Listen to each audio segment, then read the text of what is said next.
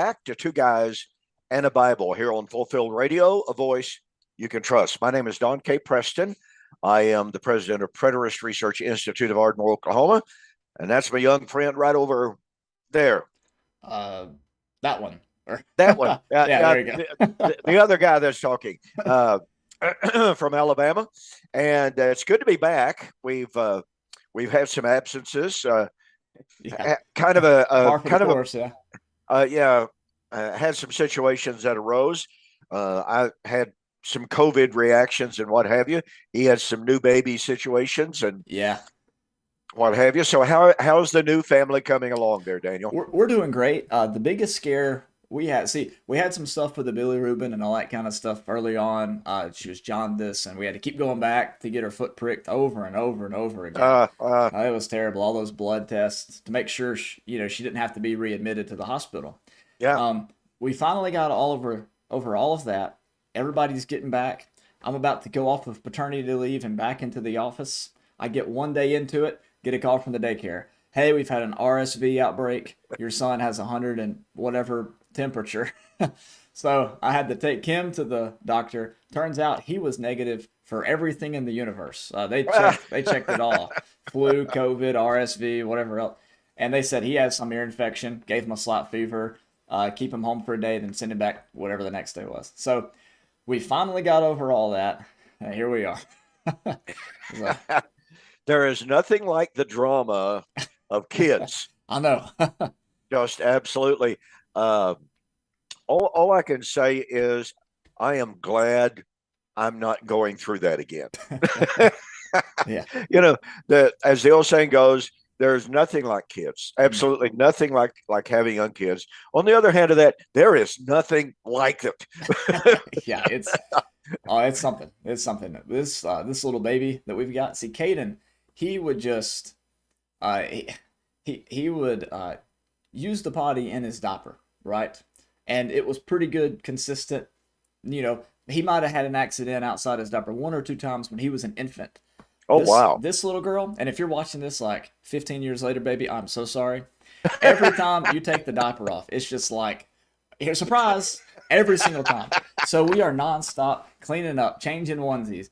She spits up all over, over and over again. We're like, man, babies can just be so different from one to the other, They can indeed. They can indeed. Well, speaking of changing diapers, our son, Lance, is adopted.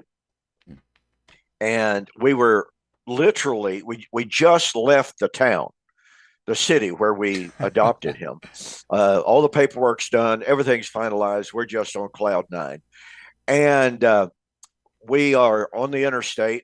It's time to take a break, time to get a McDonald's, Yeah. So we go into the McDonald's. I had on a light blue sweater that was my very favorite sweater in all the world. I absolutely love that sweater. And it was a good quality sweater. So we stop. We've eaten our lunch, and I'm holding him. And all of a sudden, the odor is just, it fills the entire McDonald's.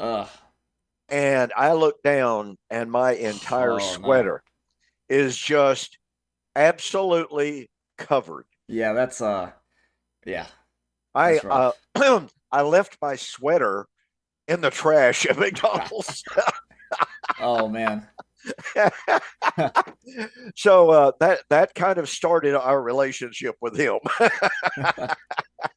Wow, yeah, it's been interesting. It's just so funny how much of a personality the babies have. Just a few weeks old. There's a little bit of time there where you're like, this is a baby. Yeah. And then eventually you start picking up on the cues and things, and it's so interesting. It really is. Hey, before we get underway, we did have one question from somebody in the chat. They asked us if we could cover before we really got started. Okay. They just wanted to know if we could offer any comments on covenant creation. Okay. Well, Jeff Vaughn and Timothy Martin, as I'm sure the person knows, wrote a book, and I actually wrote a little blurb on the very back of it. I read the book. I found it very challenging in many, many ways. I did tell them that I do not agree with the overall doctrine of covenant creation. I did say to Jeff, especially because Jeff and I have known each other for many years, but I did say that they've raised some really good issues Yeah. in the book that do need further explanation. I still have a problem. I still do not accept covenant creation as they present it, because I believe to say that the law of Moses and Israel was established in the garden violates the chronological narrative, the chronological flow of the book of Genesis. So, pardon me, I just don't see that as viable. Yeah. Even though, again, I'm certainly willing to consider a lot of the things that they say. One of the things that, in fact, Jeff and I went back and forth. He contacted me after the book had been out for a little while. He asked me if I had any additional thoughts to offer. And one of the things that they made a point of making is that in Genesis 5 and 6, the flood came as a result of the apostasy of the chosen seed. And I told him, I said, that segues beautifully into 2 Peter chapter 3.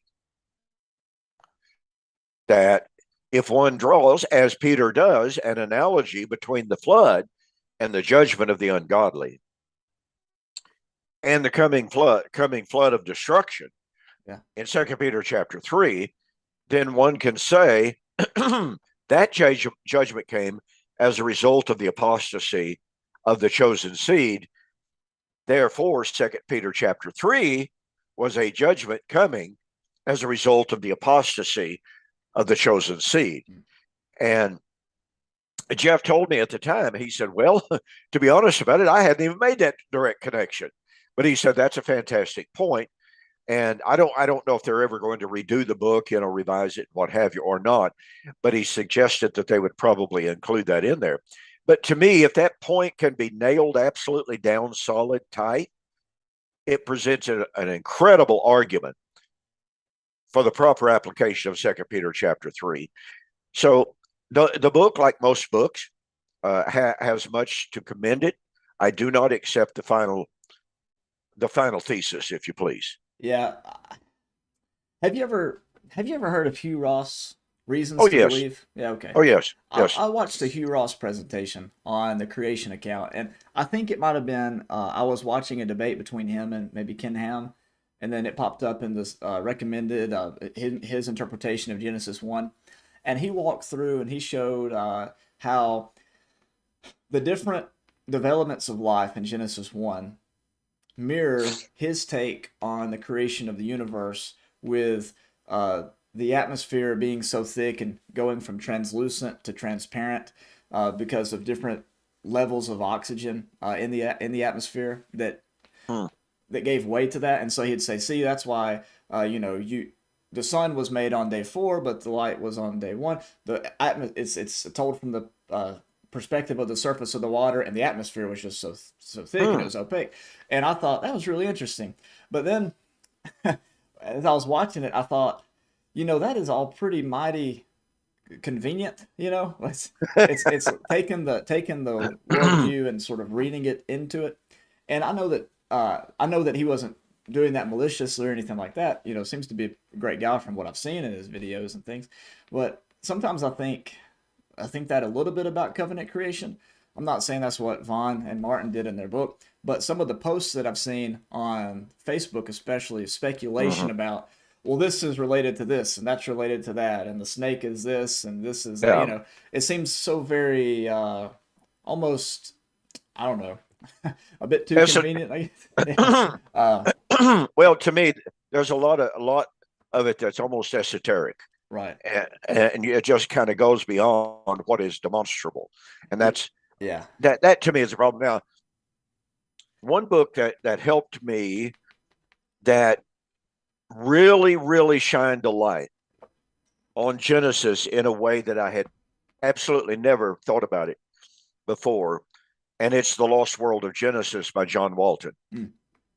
I was reading that book, interestingly enough, on a plane trip back from Australia.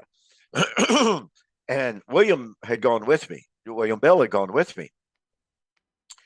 And I read a couple of different pages, and John Walton's comments were, if I can summarize them accurately, I hope, that Genesis chapter 1 is not concerned with the actual creation of material creation. It is focused on, pardon me, on the assignation of purpose of the created order. Yeah, with the spaces in 1 through 3, with the light versus darkness, the land versus sea, the vegetation, and then in days 5 through 6 or 4 through 6, it's the light goes with the sun and the moon, and the fish and the birds go with the air and the sea. Right? Yeah, I've seen that. I've seen that as well, and to me that seems. See, I remember the debate that Holger had with Howard Denham in Pensacola, Florida, and one of Howard's main points was, well, Holger fellowships Don Preston, and Don Preston fellowships these guys that don't even take a literal view of Genesis, and the options seem to be 7-day creation 6,000 years ago, 13.4 billion old Earth.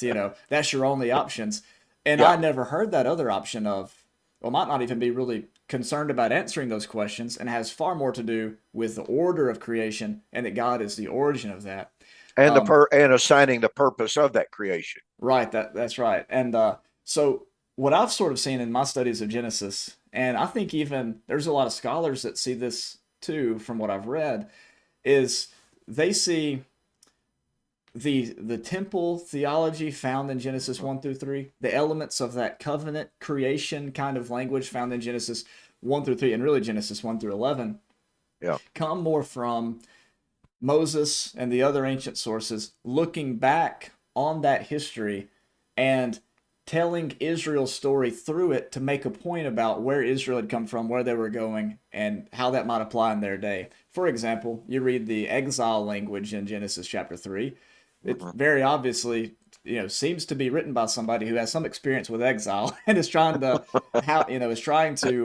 make a point about Exodus and reconciliation with God, and how even the Torah was looked at as the tree of life.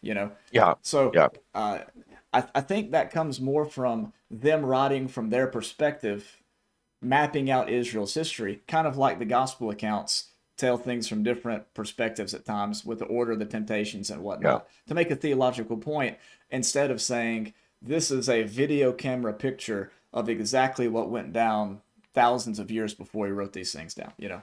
So it's, well, I have always found, and to say that the creation story has always been controversial is a humongous understatement. Yeah.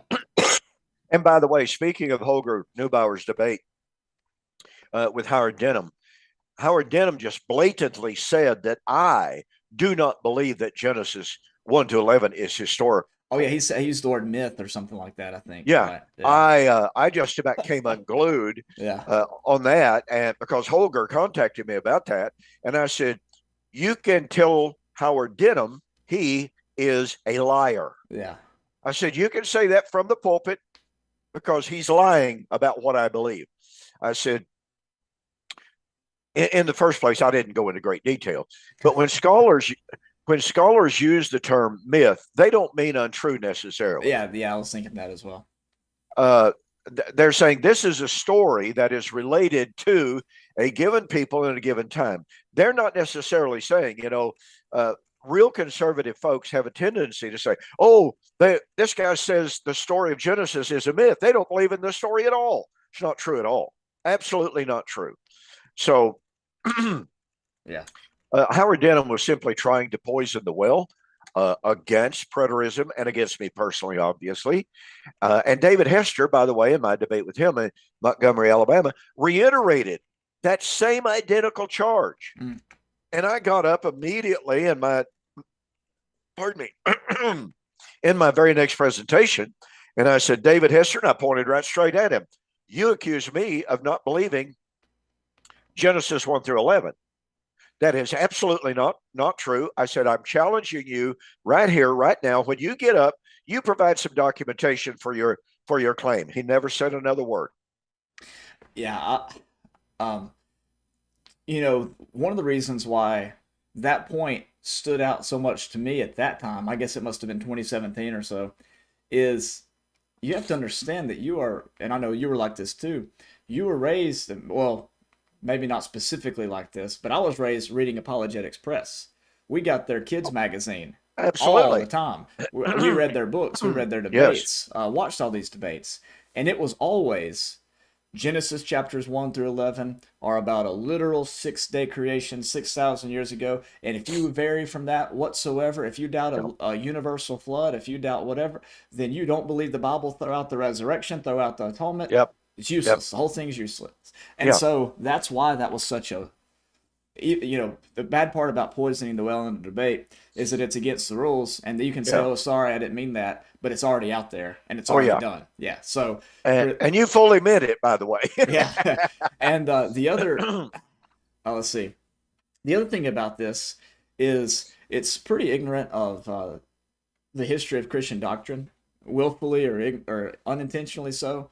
Yes. Not sure, but all the way back from the very beginning of the church fathers, they reading Genesis and other Old Testament books as allegory was pretty standard. I mean, it was the way to go in many cases.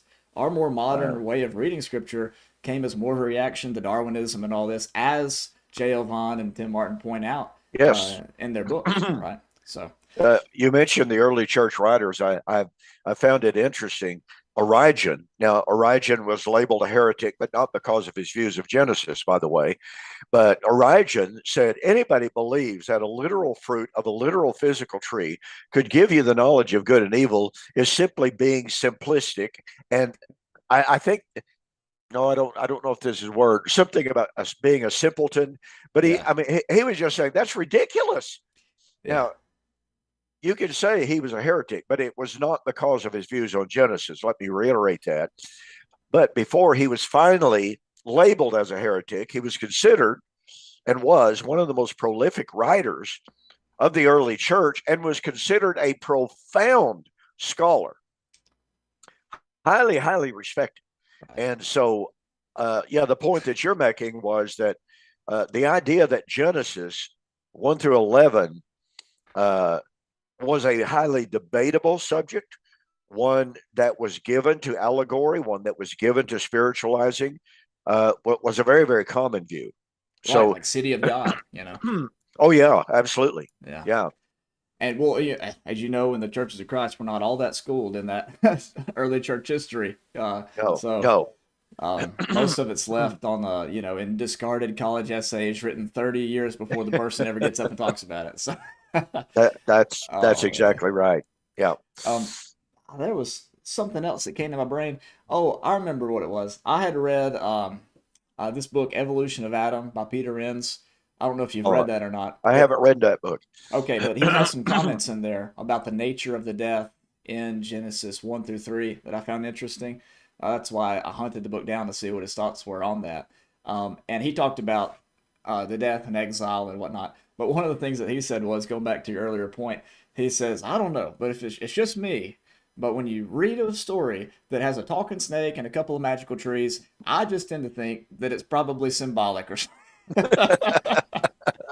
Not that God can't talk through animals or, like Right. he did with Balaam's donkey, but just saying that's the point that he's making was kind of humorous. So, Yeah. Yeah. well, did you want to talk about apokatastasis? Yes. Yes, indeed. If my voice is going to allow me, Well, we had some red heifers distract us from we did. our Acts chapter 3 study. So that's what That's we were, exactly right. yeah. So let's see if we can get caught up. We have been talking about the Messianic temple, of course. Uh, that's been a little while, but one of the things that we have been doing is looking at Hebrews chapter 9, verses 6 to 10, in which the writer makes a point that while the old covenant temple and its cultus with its priesthood, as long as it was standing, there was no forgiveness of sin. And that is the temple, the priesthood, the cultus, the law would remain as long as it was standing, and literally it means having standing. It's from the Greek word stasin, and it doesn't mean physically standing. There may be a relationship in the context of Hebrews 9, but the whole point of it is, as long as the old law stood valid, there was no forgiveness of sin. And he makes a point, the law would remain imposed, from the Greek word epikaimai, a conjugation of it there. As long as the old covenant was imposed, there was no forgiveness of sin. And as a direct consequence of that, there was no entrance into the most holy place, i.e., the presence of God, i.e., heaven itself.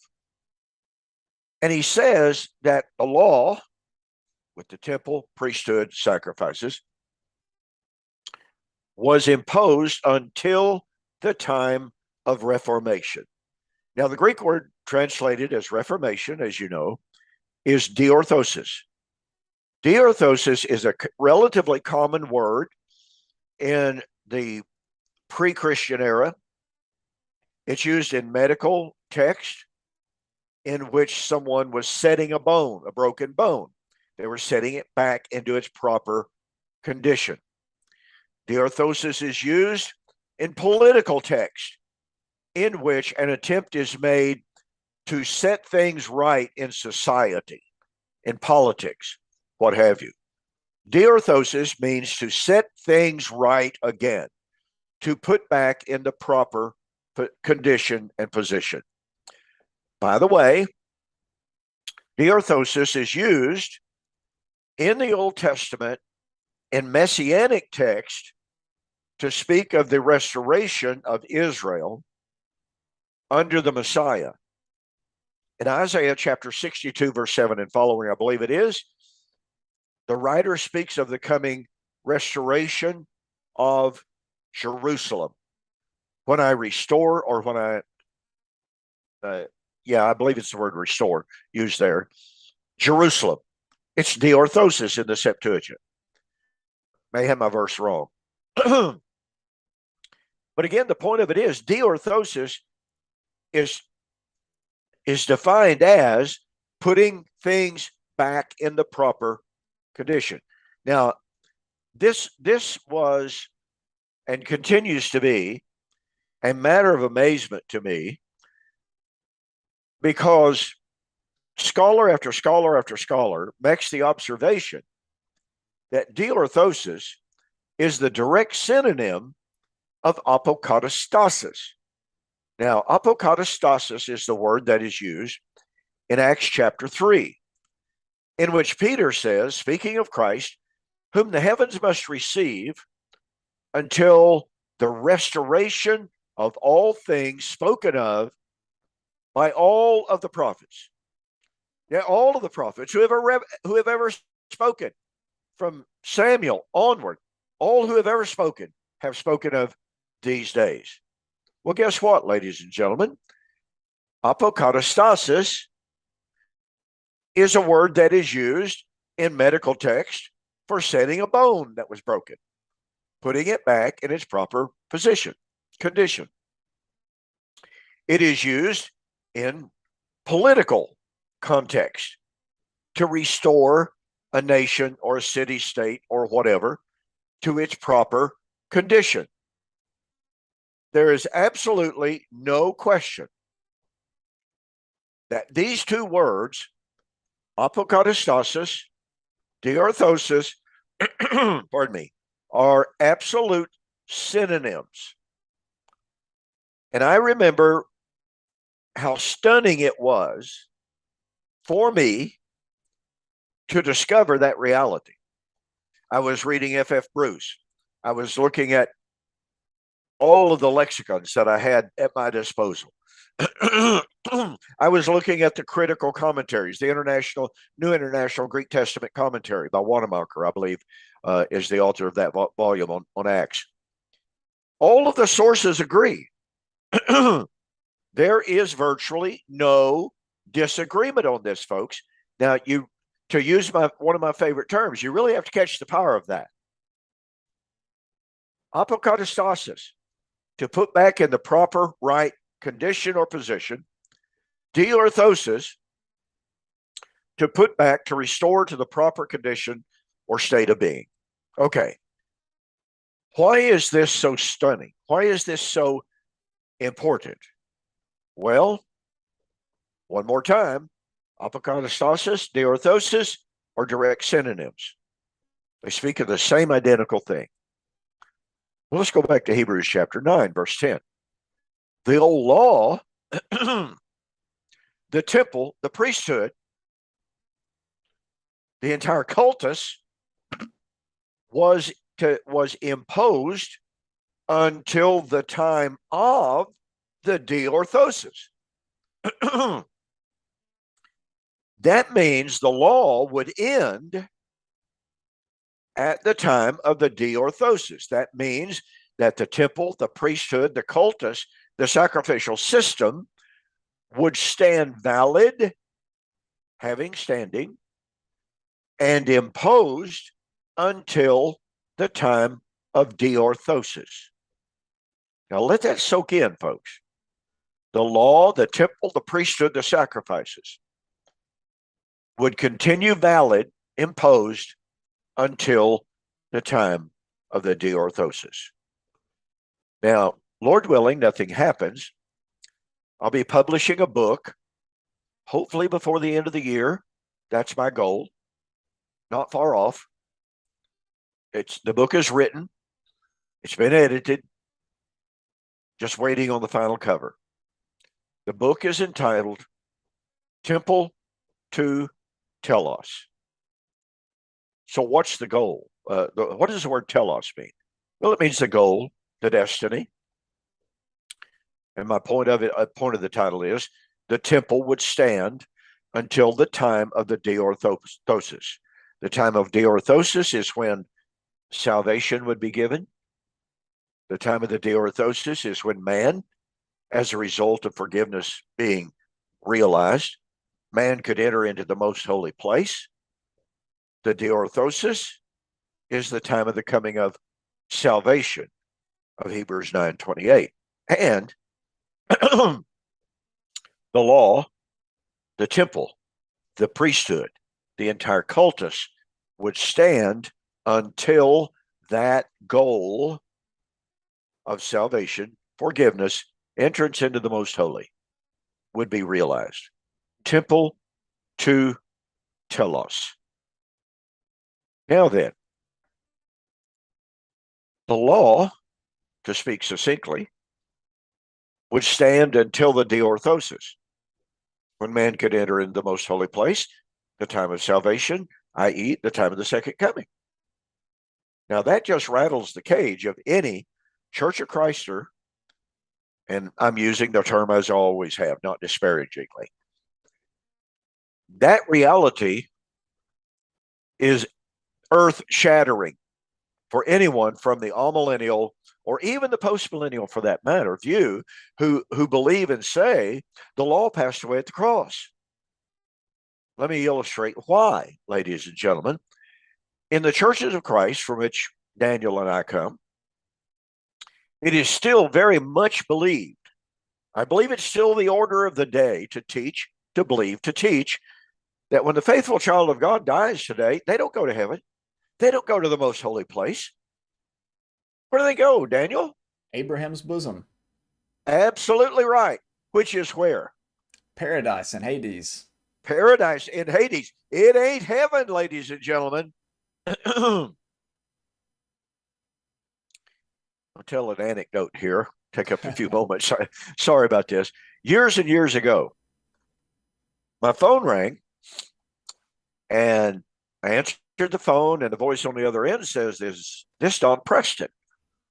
And it's like, who's asking? And because I was in the midst of controversy, and I said, "Yes, it is." And they said, "Well, my name is such and such." I've forgotten the name.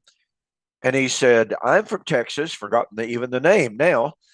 name of the town.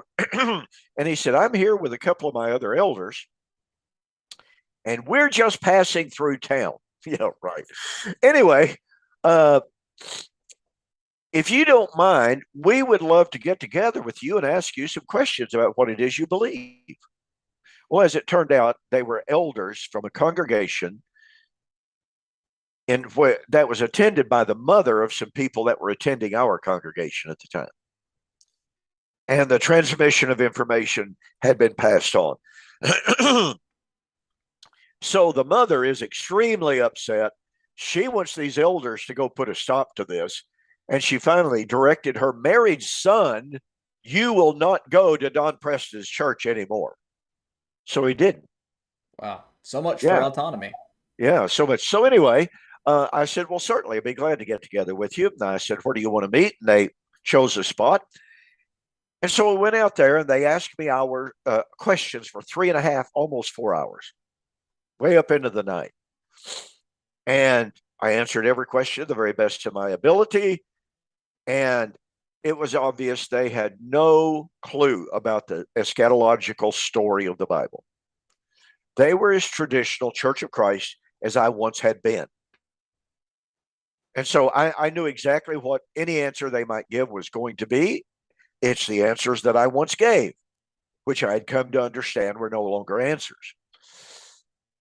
But in reality, they had very few answers even at that. So finally I said, okay, brethren, let me turn the tables a little bit here. You have asked me questions for almost 4 hours. Time for me to ask you a couple of questions. And they looked at each other in panic, like, I don't know if that's allowed. We're the elders. We're the elders. We didn't come here for you to ask us questions. And finally, one of them said, well, that's only fair. I said, good. Glad you asked that or said that. So I took them to Hebrews chapter 9.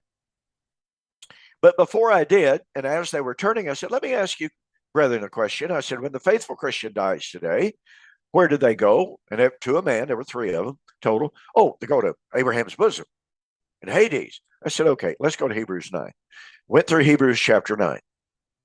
As long as the law of Moses stood valid, no one could go to heaven, because as long as the law of Moses stood valid, there was no forgiveness.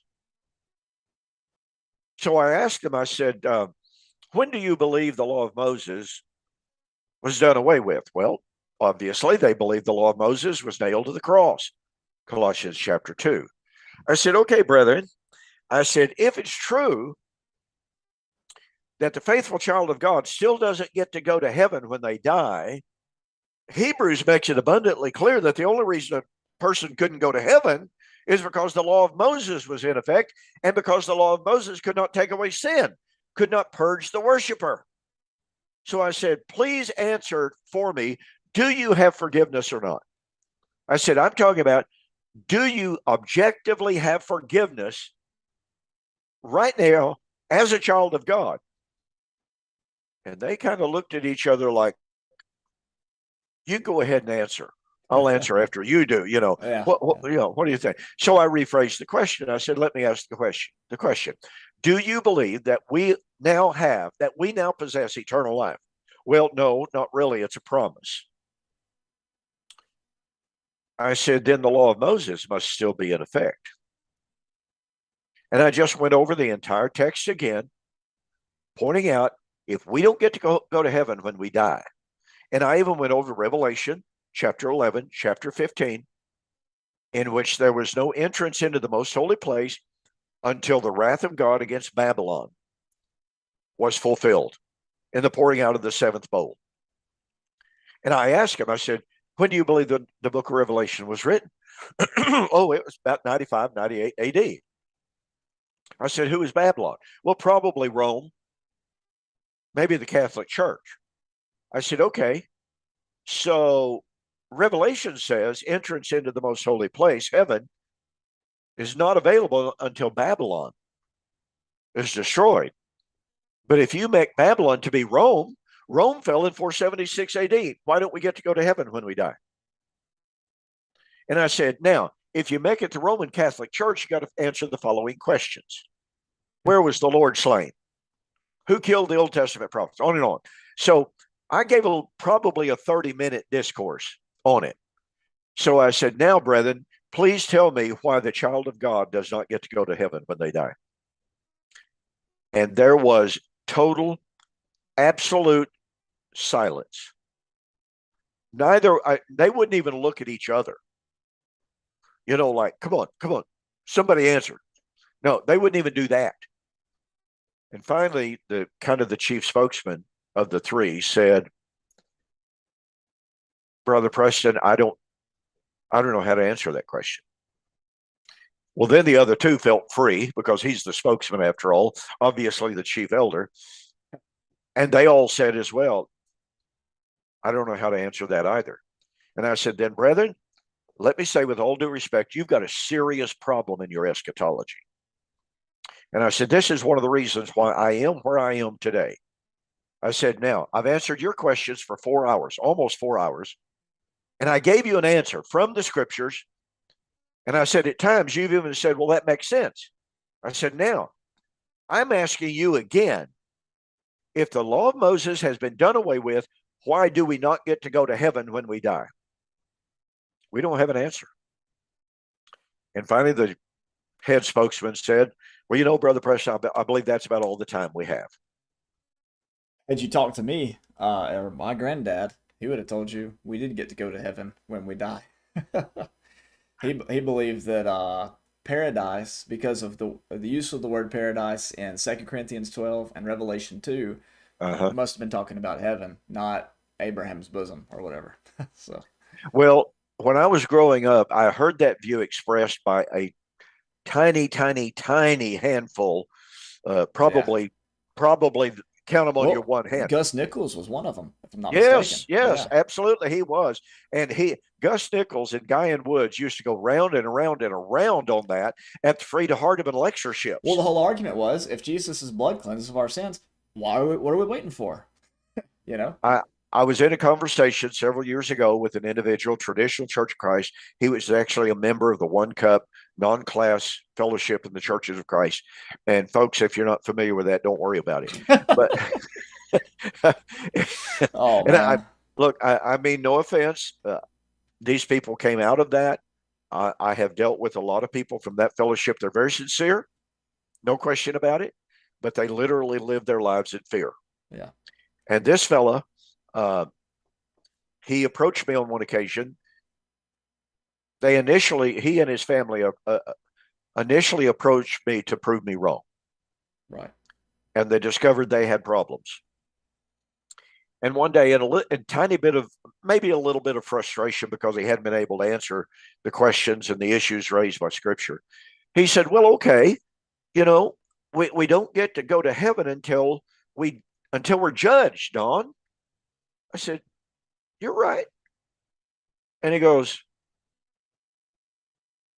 okay. I said, well, let me ask you a question. When God looks at us through the blood of Jesus Christ, are we not judged? Is forgiveness not judgment? Yeah. And he just stood there and stood there and stood there. And finally he goes, you know what? That's a really, really good point. Yeah.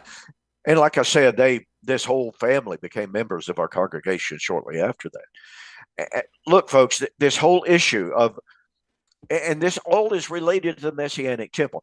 Why would God ever want to reestablish a temple in which animal sacrifices, which God never, ever, ever had pleasure in, never, ever, ever did a bit of good?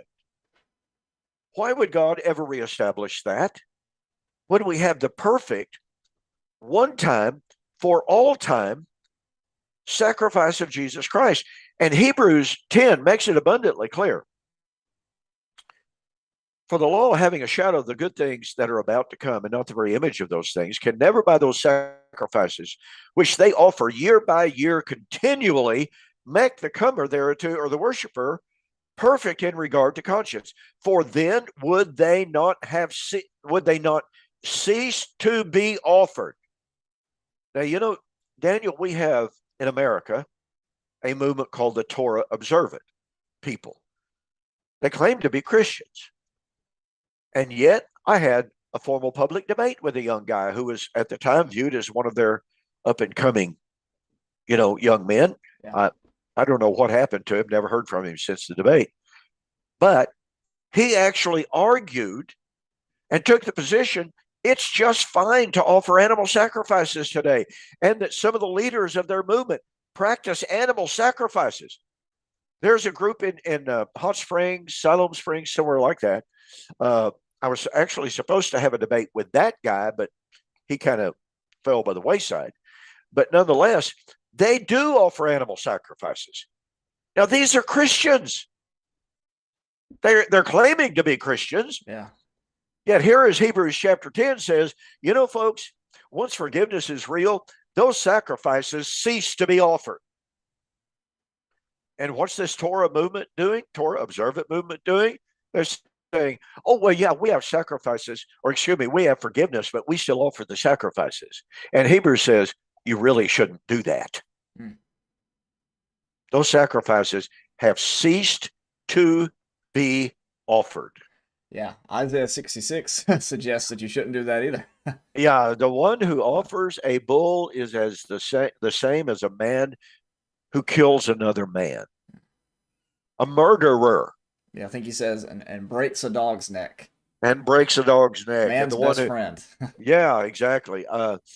The idea of a Messianic temple that's coming to, as Thomas Ice says in his book, Prophecy Watch, Thomas Ice says that during the 7-year tribulation period after the rebuilding of the temple in Jerusalem, and someone sent me just the other day a post, an email with an attachment of a short video of all of these priests in Jerusalem being trained for the upcoming imminent third temple. Well, Thomas Ice says that coming imminent third temple will be authorized by the man of sin. Now, I don't know about you, Daniel, but I don't know how excited I would get about building a temple that the man of sin said, go ahead and do this, guys. You got my blessing. Yeah, that's the dispensational doctrine. But Thomas Ice says, I said all that to get here, Thomas Ice says that in this third temple, the, quote, traditional sacrifices of Judaism will be restored, unquote. If that's not the restoration of the law of Moses, I don't know what it is, because after all, what are the traditional Jewish sacrifices except the sacrifices, of the law of Moses? And by the way, Thomas Ice also says, the law of Moses was fulfilled and done away, never to be restored in the first century. Okay, so on the one hand, the law of Moses was done away with, never to be restored. On the other hand, in the coming third temple, which is supposed to be built just any time now, the Dome of the Rock notwithstanding, the traditional Jewish sacrifices will be restored. Folks, I don't care how you slice it or dice it, that is a massive contradiction. The entire concept of a restored physical temple in which physical animal sacrifices would be offered violates everything that the book of Hebrews says about the temple of God, about the sacrifices of the old covenant, about the Levitical priesthood. And of course, we could talk about the priesthood in that. But back to diorthosis and apokatastasis. We've already seen from Hebrews chapter 9, the law, the temple, the priesthood, described in Hebrews chapter 9 as standing in meats and drinks and different washings, or baptismois is the word that he uses there, would stand valid and imposed until the time of Reformation, the diorthosis. And remember, folks, the time of Reformation is the time of forgiveness. It is the time of entrance into the most holy place. It is the time of the coming of salvation, which is the second appearing of Christ. Now, go to Acts chapter 3. Peter called on his audience that day. Repent, therefore, and be converted, that your sins may be blotted out, and that times of refreshing may come from the Lord. Now, I'd like to simply point something out from the text. When Peter says, repent, therefore, and be converted, he is actually, I won't say he's quoting, I will say he is echoing directly. There may not be a hair's breadth of difference, but if someone wants to split hairs, okay, that's fine.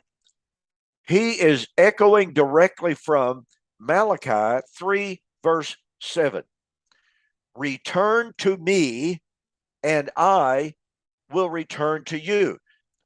The return to me is from epistrepho, to turn again, to turn back to. That's the very word that Peter uses in Acts chapter 3.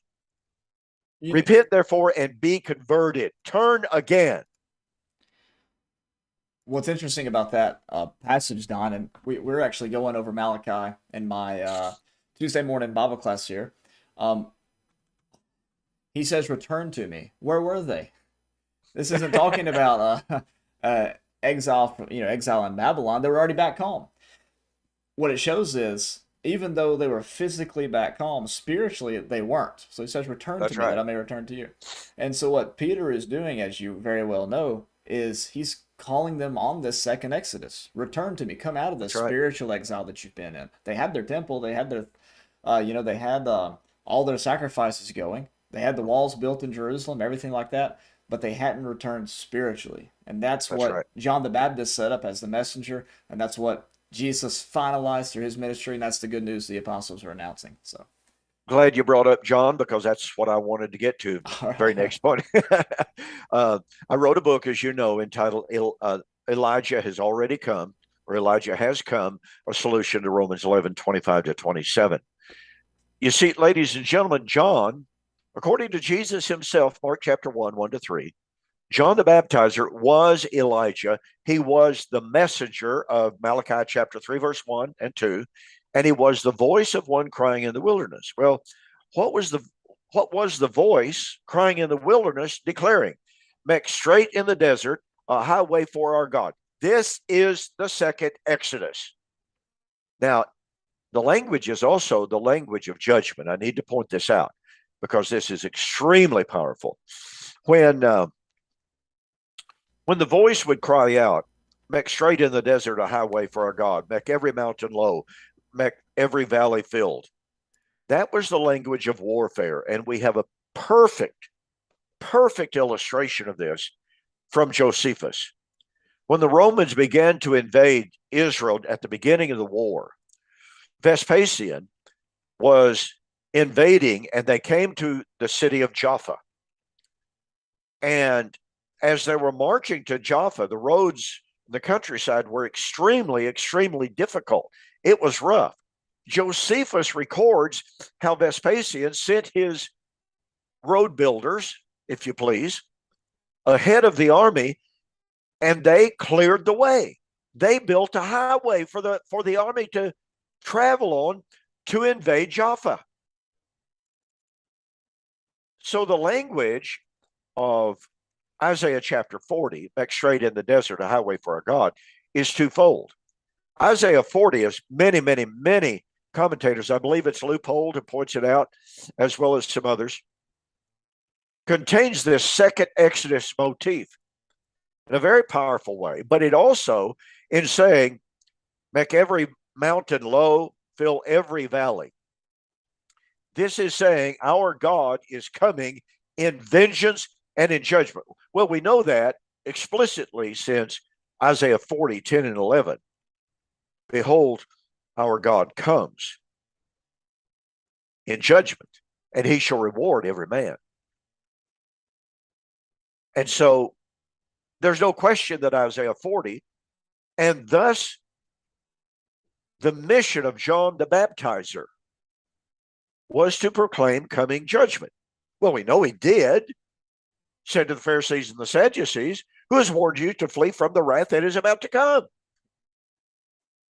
And when they ask him, well, who in the world are you? Are you Elijah? No, I'm not the reincarnation of Elijah. I'm not the literal physical Elijah. I am Elijah in the spirit, the power of Elijah, Luke 1:17. But I am the voice of one crying in the wilderness, make straight in the desert a highway for our God. Now, look, folks, to a first century Jew, for John to say, I'm the voice of one crying in the wilderness, make straight in the highway, a desert for our God, they weren't thinking of literal physical highway. By the way, Grant Jeffrey, who was a really, really outspoken critic of covenant eschatology until his death several years back, Grant Jeffrey wrote a book entitled The Triumphant Return, something like that. In the book, he is castigating, I mean, condemning any spiritual interpretation of Old Testament prophecy. And he said, there is not one single Old Testament prophecy that was fulfilled in a spiritual way whatsoever. And at the very moment that I was reading that book, I was like, seriously? I mean, really? Did John the Baptist have a skid steer? Or, John the Baptizer must have had a Cat 12 and a backhoe and, graders and what have you. I actually wrote a little article in response to Jeffries and put it on my website. But anyway, that shows you how locked into a literalistic hermeneutic some people could be. Nobody would ever argue that John the Baptizer literally built physical highways. He was to prepare the way for Israel, as you were pointing out a moment ago, to return to Yahweh, not physically. They're already back in the land. The Pharisees, the Sadducees, and the scribes that came to John were coming from Jerusalem. Right. They weren't coming from Babylon. They weren't coming from Assyria going, yay, we're back in the land. No.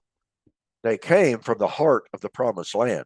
And John is saying, guys, you really, really need to turn back to the Lord. Yeah, it's similar to what Jesus said in John 8. You'll know the truth and the truth will set you free. Free? What? Free? Wait, free? Yeah. We've never been in bondage to any man. What are you talking about? Yeah, that's right. Which shows you the power of tradition. Yeah. And the argumentum ad desperatum that people will make when they are entrapped and they know very good and well that what they're saying is absolutely not true. So when the Jews just zealously, so angrily said, what are you talking about being free? We're the sons of Abraham. We've never been in bondage to any man. Jesus just goes, oh no. Come on, guys. Yeah. What are we celebrating again? Yeah, exactly. So here we are, Acts chapter 3. Peter calls on his audience to return to the Lord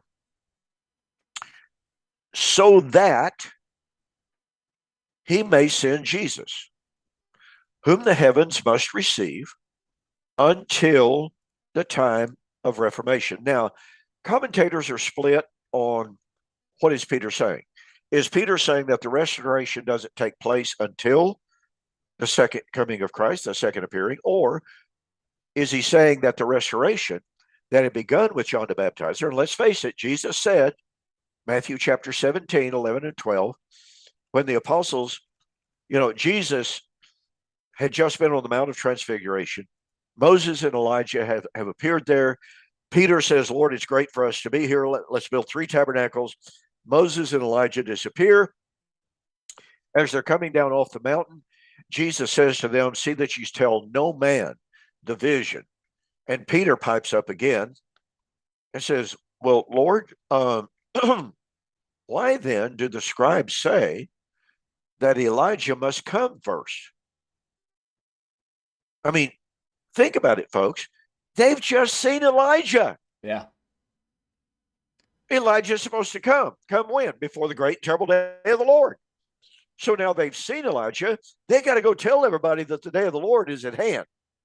And Jesus said, no, no, no. Don't tell anyone until the Son of Man is raised from the dead. Well, that shook and rattled them and confused them.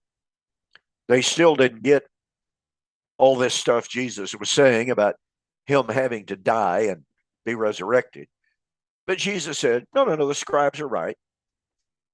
Elijah must come first and restore all things. Apokatastasis.